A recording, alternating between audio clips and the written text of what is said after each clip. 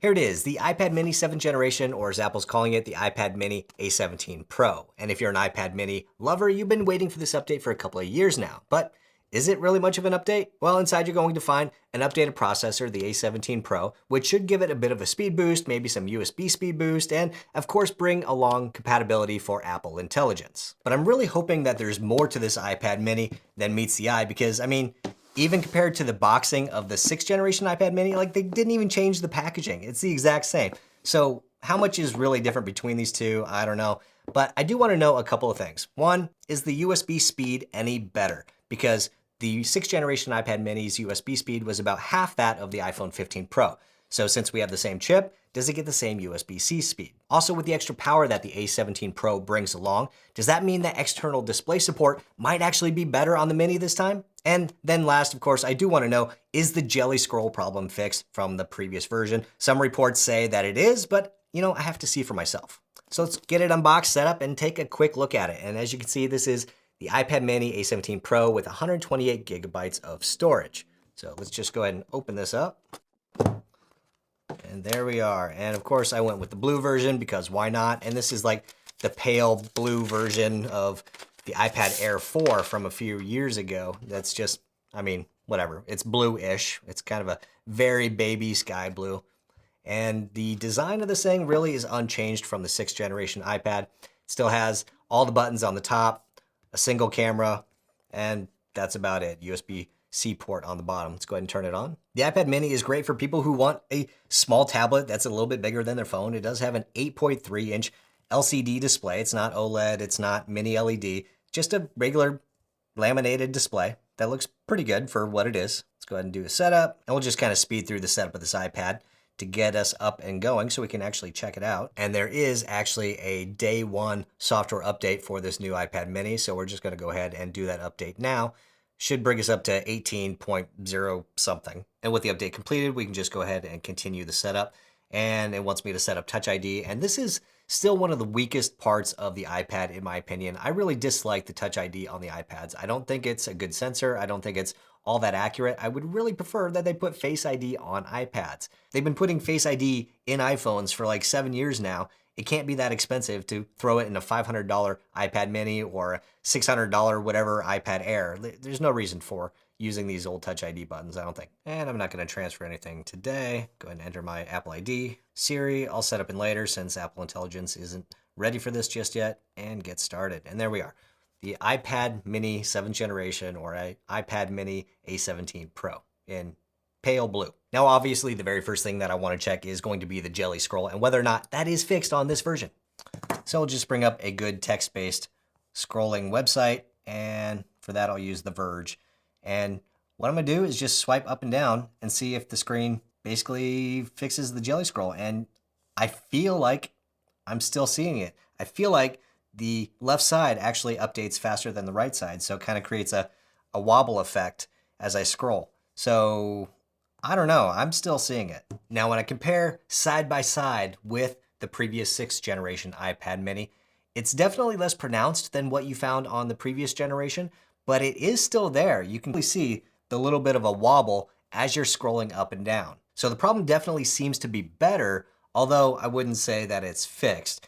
And if we turn the iPad to the side, to horizontal, you can see that you're actually not getting that same effect. So I don't know, I guess they did a little bit, but they haven't quite fully fixed it. A little disappointing, but it also doesn't actually affect me in my regular day-to-day usage of the iPads. So it is what it is. If you like the iPad mini for the size and other reasons, then you're just gonna have to live with it. And now let's go ahead and get an idea of the performance on the updated chip with the new iPad mini. So we'll go ahead and use Geekbench 6 and do a CPU test and kick that off right here. And the results are in with Geekbench 6 on the A17 Pro on the iPad mini. I get 2,832 for single core and 7,050 for multi-core.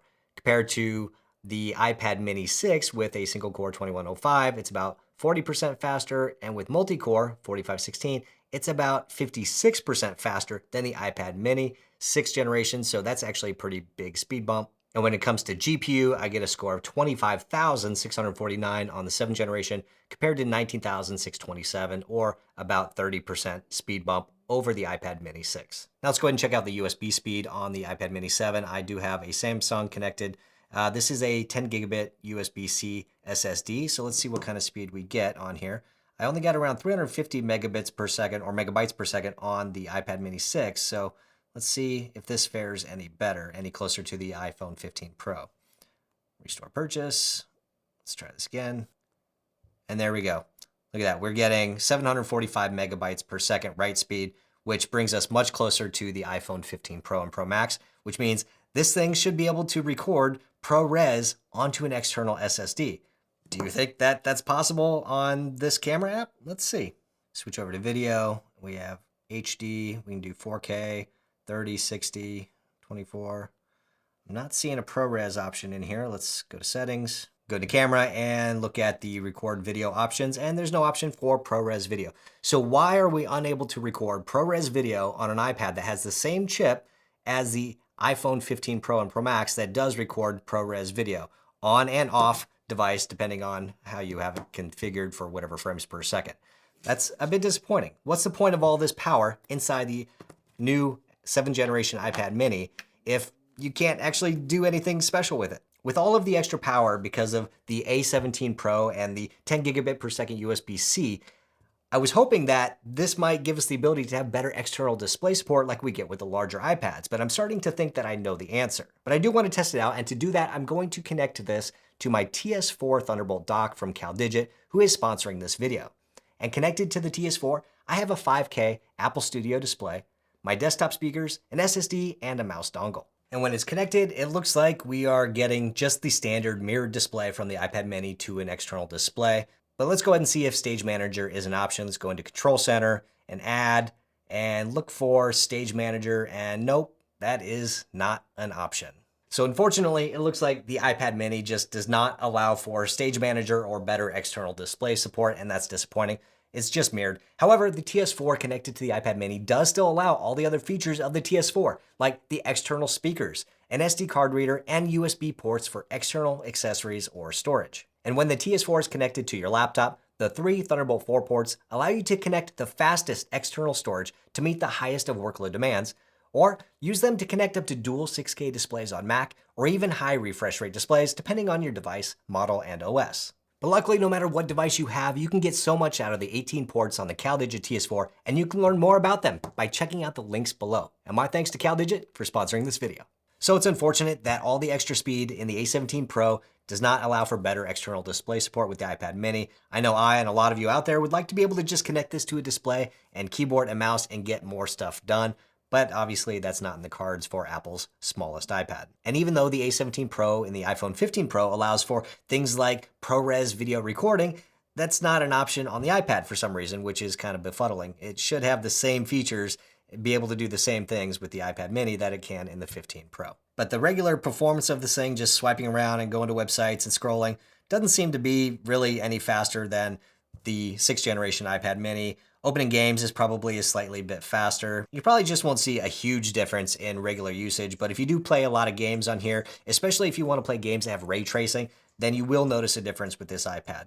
But for reading, browsing the web, checking email, the A15 Pro or A17 Pro is really not going to do a whole lot for you, I don't think. Now, the A17 Pro in the iPad does allow for Apple Intelligence, and that is going to be available on this iPad starting next week, which is great if that's something you're looking forward to. If you're looking for help rewriting text or message notification summaries or things like that. Some of the other features are just not coming for a while, so it's not really worth mentioning, but I am interested in the upgraded Siri whenever that is available. I am interested in a more context-aware Siri that can actually be useful and helpful and not just tell me it doesn't know how to do something. But in my case, I'll probably use my iPhone for that more than I would an iPad. Now, I do want to mention a couple of other changes that this new iPad has, including Wi-Fi 6E, which allows you to use a 6 gigahertz wireless network if you have one. So I am connected to my 6 gigahertz access point behind me, and let's go ahead and give it a quick speed test on my home network and see how it does. So, I mean, it's not great. It's really not much faster than my regular Wi-Fi 5 gigahertz network, but maybe a little bit faster. But Wi-Fi is so finicky and dependent on so many things that the speeds are going to bounce around regardless. But if you need Wi-Fi 6E or you get a better signal where you live, then this might be a benefit for you. Another thing is that with the new iPad, there should be new battery settings. So like all of Apple's newest devices, you actually have options to be able to control your battery and charging. So you can actually go ahead and set an 80% limit on the iPad mini 7 where you couldn't do that previously. So for me, I actually don't use my iPad mini a whole lot of the time, but I do like to have it charged when I use it.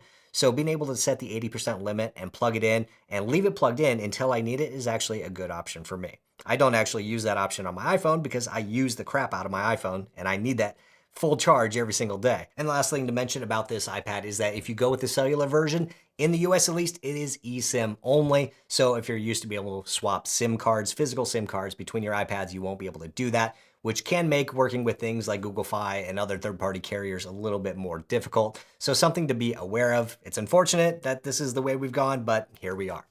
Now the question I have is, with all of this extra power and not a lot more that it can actually do, why did Apple update the iPad mini now? Is it really just for Apple Intelligence? Because I feel like they could have waited just a little bit longer and actually made a more meaningful update to the iPad. I mean, they didn't even change the packaging. It's the exact same as last year.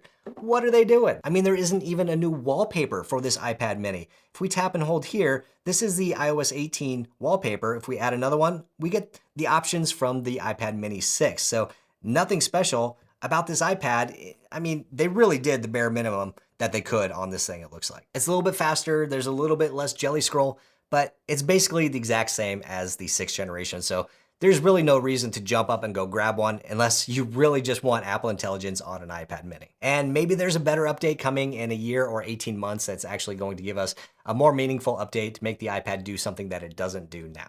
At least I hope so. But anyway, that is the iPad mini 7th generation or iPad mini A17 Pro.